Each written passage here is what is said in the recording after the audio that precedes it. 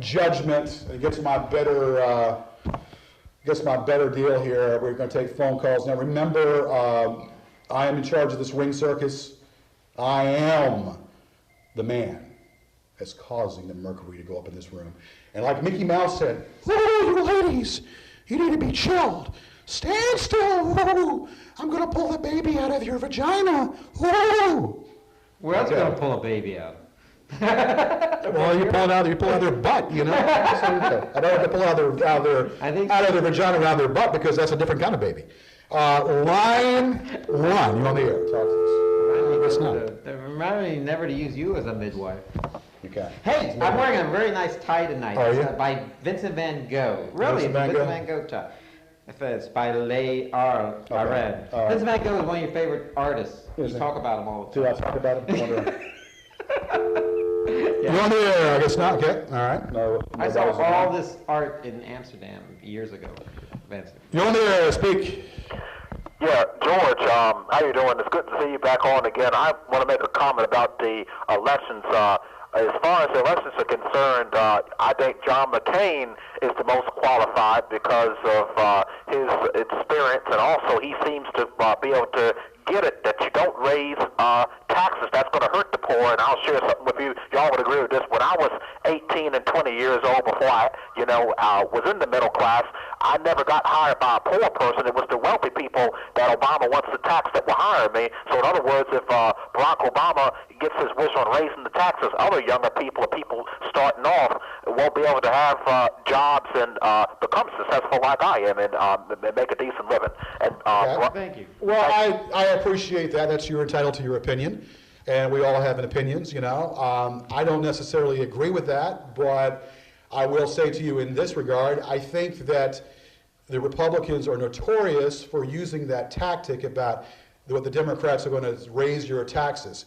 You know, if you do economy 101, and we'll carry this conversation here. You know that basically that in order to, you might raise some taxes, but in the process, what you're going to do there, you're going to lower the deficit that this country has been going under.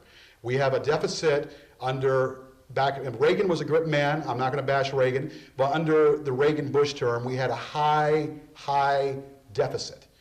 Okay, the intentions are all well, but you got to balance things out. You got to maybe raise. I don't mind paying some taxes, and there's no way I'm making $300,000. I mean, who is? And the way this economy is, I'd like to know who is. But we have to concentrate on keep the taxes, like you said, but also lower the deficit. Well, let me tell you. And the way to do that is sometimes raising taxes. And you're right. And let me tell you something about when you're in a war. We're still in a war. People, they like to pretend that the war is not going on. It's still going on, and it's costing us a lot of money. And I hope it all comes to a good end and everything. But when there's a war going on, in every war we've ever had, we've never lowered taxes. We've always our soldiers deserve all that's money and everything that's come to, and all the expenses that a war costs, and we're not going to give the rich people who don't even give a damn about the war a tax cut, a reward. Okay, on the air. On the air? No. Also, that's kind of I know that ditto head that Rush Limbaugh always talks about, that poor people never pay taxes and only the rich people do. Well, that's on the air. I can't believe that would happen. How you guys doing tonight? What's going on? Okay, I was at the Bruce Springsteen concert. I saw you sitting down in the same section. It was a great show. I'm wondering. You should have said hello. It was great to see Bruce, and I'm glad. And you should have said hello. Had a wonderful time, and thanks for. I was wondering why you didn't sit next to George. Is it because George because thank you. Because George wasn't there. That's right. And if we were there, we'd probably be sitting up there and get some cold brewskis. But thank you for pointing that out. But no, I was not there. Yeah, so thanks for.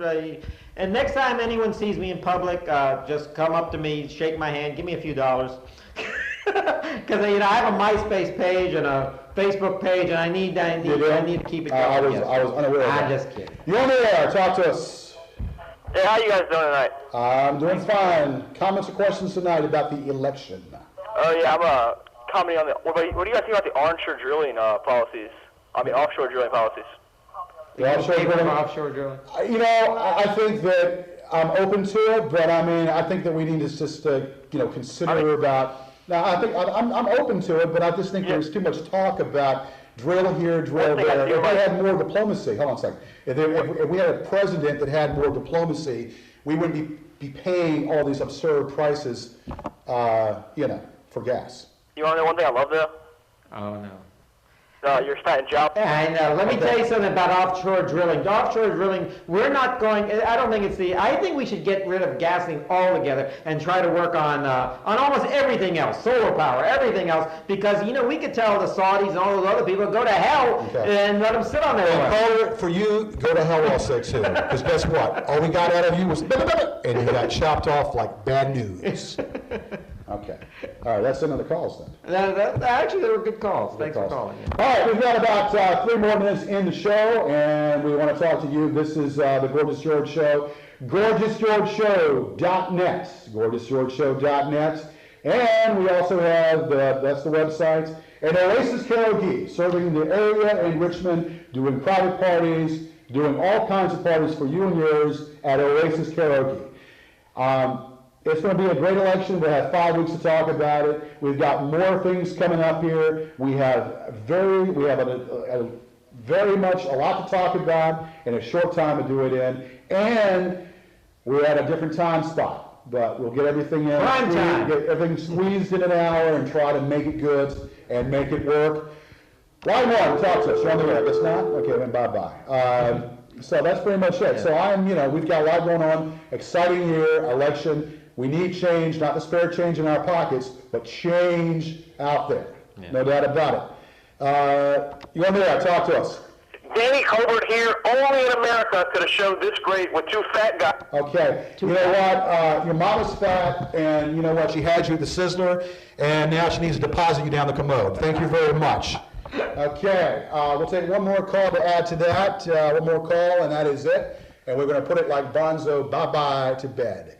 One more call, you're on there. Talk to us. Yeah, actually, we have increased revenue with the Bush tax rates. I'm sure the drive-by media won't tell you that, George. Thank you. Listen, Mr. Henderson, I do appreciate your call, but I will disagree with you, and I respect you. At least you, Mr. Henderson, you call up the show, and you're dignified with your calls, and I'll give you that. Yeah. But anyway, the other callers can learn from you. But I disagree about your politics. Playing this weekend, so we hope that happens. All right, we're going to be taking some phone calls. This is the Gorgeous George Show. And remember who's in charge of this ring circus. Hello. I guess that wasn't that important, so I'll go ahead and fix my hair a little bit here. And fix it up even more here. I'll take it from inside here. Hello? George. Hello. What's going on? Not much. Really? Comments or questions tonight? Yeah, really. But I'm glad you called to say really, and thank you. Not much going on tonight, but I'm on TV, blessing your TV screen, but thank you for noticing. Woo! Tell you what. Anyway, so we got that to talk about. We got another call here we're going to grab. Hello? You're playing with yourself again. Okay, we can't, if you want to play with yourself, we don't want to know about it. That's your personal problem. You need a ticket somewhere in a corner. Okay, line 2. Okay, that's not. Okay. Hey, Mike, I'm going to take the calls in here, okay? Let me take the calls. Cool? Okay. All right, line 1. I guess not, okay. Hello. Comments or questions? George, how you doing? What's going on? What's your name? Ryan, how are you? I'm doing fine. Comments or questions tonight? Quick question for you. Do you think that Barack Obama was the best Democratic candidate instead of Hillary Clinton? And also, do you think he may have felt threatened by possibly choosing her as his vice presidential candidate? I don't think that out of the two, I think Hillary Clinton was the better choice. I think Hillary Clinton was the better choice. Obviously, I'm biased because I'm Bill Clinton. I'm biased because I like Bill Clinton. I think we, as a country, excelled in the 90s under the Clintons. That being said, Barack won fair and square. Barack is a very, I like what Barack is about. I was very disappointed that he didn't choose Hillary. I thought that Hillary was the choice. By that being said, Joe Biden is a decent choice too. So when it's all said and done, you have this, granted it's not the top choice, but it's a person that is just as able and ready to rule this country, I think. Hey, great show tonight, George. Thank you. All right. That was a great call. That was a great call. Okay. You're on the air. Okay. All right. Hello? George, how you doing? Comments or questions? Want to talk about Obama? Go right ahead. You're talking about a situation where someone called him a communist or a socialist. Right. You're sitting here tonight, you're advocating a socialized medical system. You're also advocating the Obama tax plan, which he told Joe the plumber yesterday that he wanted to take his money and spread it around, spread it out evenly. So that is, by definition, socialism. So Obama is a socialist, and you are a fact. Okay. Well, you know what? You are an idiot. You are an idiot. Okay, your comment tonight, okay, there's one thing about being political. When you get personal, buddy, you become an idiot. You become a ass grinder, okay? You take your head, meet and greet your own log, flush your log with your head down and come out at the same time, and that would be equivalent to the phone call. Now, on the good topic, I'm open for debate. I'm open for a debate. That's great. Socialist, you want to talk about a socialist? I'll talk about a socialist. Okay, you want to talk about a democracy? Okay, let me tell you something. The Republicans are notorious because of making comments about people believing in doing something. We have government control. Government is in control of the situation, whether you want to believe it or not. Having socialistic values, okay, because you believe in helping people, because you believe in trying to do something with a system that's corrupt, you call that socialistic? No, I call that a democracy. I call that trying to make something happen and trying to make something afloat. So you can call it socialistic all you want. I call it a capitalism. I call it capitalism. You can talk about the socialistic views all you want. It's not socialistic to care about doing something and helping a system that's been corrupt ever since the Republicans have been in office. The Republicans are notorious for using that word, and you're raising taxes. Raising taxes, how about the deficit? Worry about the deficit that we have been under, owning for China and Russia and England and France, the money that we have, that pretty much have spent, and we owe these countries, these secondary countries. We're a laughingstock under this president. We're a laughingstock under the president, and we're under a major recession under Senior Bush. Okay, so let's get right down to it. The Clinton years were the best years this country ever had. Bill Clinton, in my eyes, was the best living day president this country had. You know why? Because we were in a better economical structure, we had affordable housing, and we were in a better situation as far as more money in the pockets. So under Bush, we have been under the crapper. Under Bush, we've been in a malaise, and McCain and Palin is a ticket right down the same direction. If you want to change, you'll vote for Obama. Okay, now I'm a little, get a little hot in the collar here, but anyway, it's great. It's great to have a different opinion, but be a little bit more intelligent rather than using the stereotypes. Be a little more intelligent rather than using the name calling. Socialistic, or communist. That's your opinion, and you're entitled to it. But be more creative, because it's not socialistic. It is a democracy, and it's time for a change, and it's time to get this country back in the better path. And the only choice out there is Barack Obama. Line 2. Okay, let's go. Okay, more term on the calls. That's it. All right, anyway, so that's pretty much what it boils down to. Hey, I am up for a good debate. Debate me.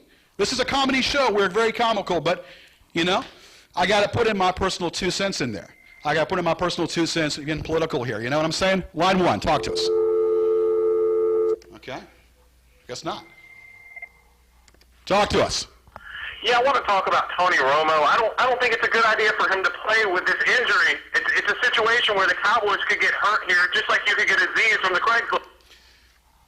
Craigslist. Okay. The Tony Romo situation is he's talked with the people. He's talked with the ones out there thinking that he could be out there as a quarterback, be playing quarterback this week. The pinky is obviously is a finger that causes motion in the ball. Brett Favre had called up Tony Romo and told him basically that if he feels like playing. So if Tony Romo and he passes it through the doctors and he feels like playing this week, then by all means play it. Now the second comment you were making about whatever is mumbo jumbo. So you got chopped off like a bad habit. That's obvious. We're going to take one more call and then we're going to put a moratorium for all the calls tonight. Line 2. You're on the air. Hey, George, did you get lucky with that prostitute last week? Excuse me? Go ahead. Okay. Now maybe I didn't catch that, but obviously, whatever. I'm not going to worry about that. So, it was a great, that's what it boils down to. Okay, we'll take one more call. And that's the same caller no, that's a different call. Line 1. One more call. Okay, that's it. Because if you're not ready to speak, then we're not.